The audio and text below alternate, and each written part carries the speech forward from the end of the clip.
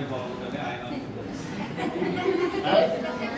నా ముక్కు సమంత ముక్కు లాగా లేదు కావాలనుకుంటుంది.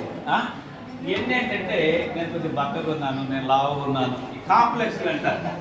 అందుకని మీరు 10th క్లాస్లో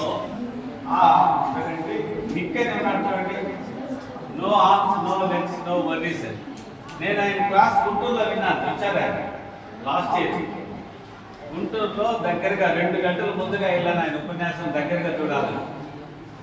ఆయన ఏం చెప్తాడు, ఆయన 2 కాళ్ళు 2 చేతులు లేవు, కానీ అయాం ఓకే అనుకున్నాడు. అందుకని అంత గొప్పవాడయ్యాడు. మీరు కూడా అయాం ఓకే అనుకోండి. నేను చెప్పినట్టు అనండి, I am okay, I am okay, I like my self, I like my self, I love my work, I am a confident learner, confident learner. I am a confident learner. ఎప్పుడైనా సరే మిమ్మల్ని మీరు ఎప్పుడు తక్కువ అంచనా వేసుకోకండి, తక్కువ అంచనా వేసుకోకండి. ఎవరైనా సరే మిమ్మల్ని ఏదైనా తప్పు చేసి మాట్లాడితే తల్లిదండ్రులు ఇంటి దగ్గర వేరే వాళ్ళకి పరిచయం చేస్తుంటారు.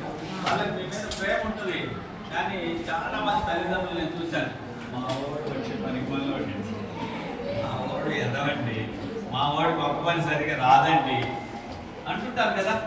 ఆడపిల్లలైనా మగపిల్లైనా పెద్దవాళ్ళు మన మీద ఎలాంటి ముద్రలు వేస్తే అదే నేను అనుకుంటాను. ఇది సీక్రెట్. వ్యక్తిత్వ వికాసంలో మన ఐడెంటిటీ, మన వ్యక్తిత్వం ఎలా నిర్మాణం అవుతుందంటే మన చుట్టూ ఉన్న వాళ్ళు ఈయన చాలా గొప్పవాడండి, మావాడు చాలా టాలెంటెడ్ అండి, మావాడు ఎవరైనా వస్తే చాలా చక్కగా మాట్లాడతారండి, మావాడికి చాలా మర్యాద తెలుసండి, మావాడికి బోలెడు స్కిల్స్ ఉన్నాయండి, ఇలా పాజిటివ్గా చెప్పారనుకోండి, మీరు అద్దంలో మీ ముఖాన్ని చూసుకునేటప్పుడు మీరు అందంగా కనిపిస్తారు, కాన్ఫిడెంట్గా కనిపిస్తారు, ఒక పర్పస్ఫుల్ పర్సన్గా కనిపిస్తారు, ప్రయోజకులుగా కనిపిస్తారు. అలా కాకుండా చీటికి మాటికి నువ్వు ఎదవలా, నువ్వు చుట్టూ ఒక పని సరిగ్గా రాదు, ఇలా చుట్టూ వాళ్ళు నిన్ను విమర్శిస్తూ తిడుతూ తప్పుపడుతూ ఉంటే నిన్ను నువ్వు చూసుకున్నప్పుడు నిజమే, అంతా నిజమే, చిచ్చి నాకే మీకు మీరు అందంగా కనిపించారు. చూడండి, కాబట్టి ఇతరులు మిమ్మల్ని ఎలా అంటారు అనేది మీ చేతుల్లో లేదు.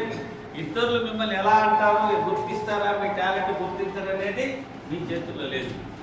మిమ్మల్ని మీరు గుర్తించడం అనేది మీ చేతుల్లో ఉంది. ముందు మిమ్మల్ని మీరు అనుకోండి. ఆయన అనుకుంటాడే, పుష్పాలో చూసే ఉంటారు మీరందరూ, ఈ కాలు నాదే, నాదే, నీకేంటి నొప్పి అంటాడు. అంటే అవునా కాదా? అలా అనుకోవాలి. అవి బాగా గుర్తుంటాయి. అలా అనుకోవాలి. నీకు తెలియలేదు నా విలువ, ఇప్పుడు తెలుస్తుంది, రేపు చూపిస్తాను నేనేంటో అని మీరు మనసులో అనుకోండి.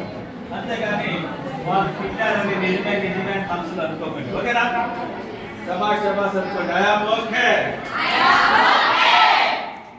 ఎప్పుడైనా సరే నాకు ఎందుకు పిలిచానంటే చూడండి, చూడండి ఇక్కడ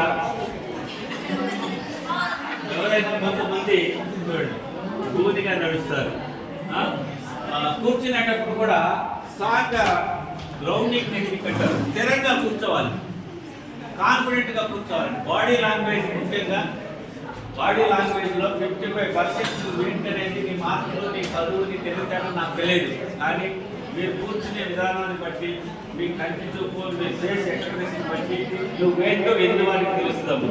నువ్వేంటో ఎదుటి వారికి తెలియజేసేది ఏంటంటే నీ బాడీ లాంగ్వేజ్. అర్థమైనా? నువ్వు ఎలా నడుస్తున్నావు. కొంతమంది